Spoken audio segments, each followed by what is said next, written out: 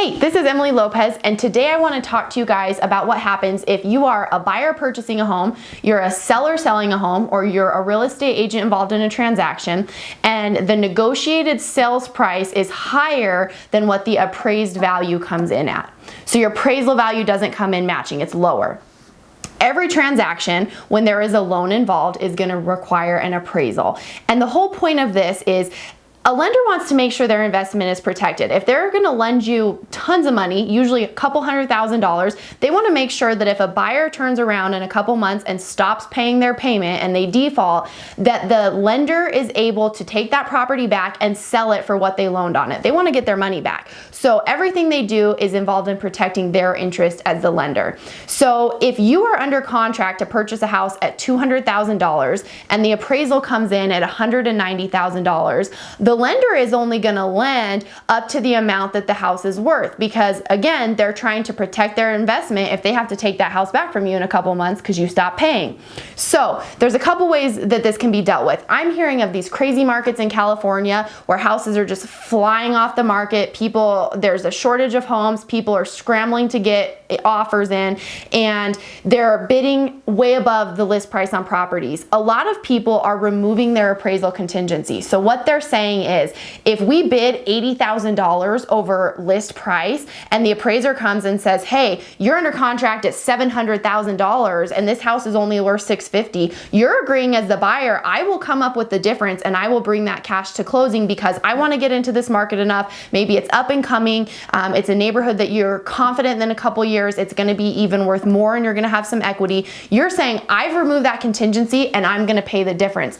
Now, it's an important conversation to have with your realtor. Some loan types are not going to allow that. Some lenders are not going to allow that. So have that conversation with your real estate agent about what you can do and how high you're really willing to go and how much extra money you do have to bring to closing. Because if you remove that appraisal contingency and it comes in way above and you don't have the money, then you are going to have to forfeit whatever earnest money you put up because you are now breaching because you can't come up with the difference. So sometimes people will say, we'll pay above appraisal up to this much over, and they give themselves a cap and it protects them a little bit.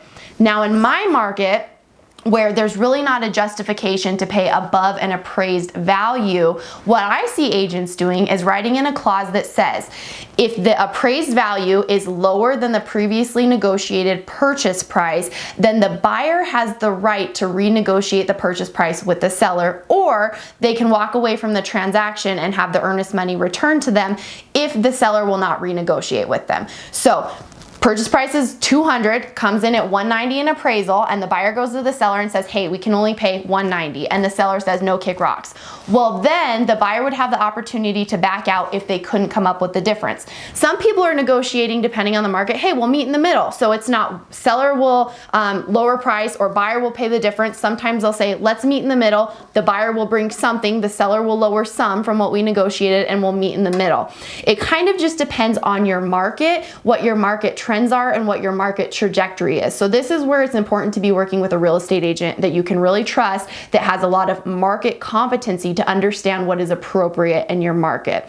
I've also seen it work out where a real estate agent can help you as a seller challenge the appraisal price to the appraiser. They can say, hey, here's some comps you might have missed. Here's why we think the purchase price is appropriate and the appraised value should be higher. It's really tough to challenge an appraisal, and I don't see many appraisers that will adjust their appraisal prices much.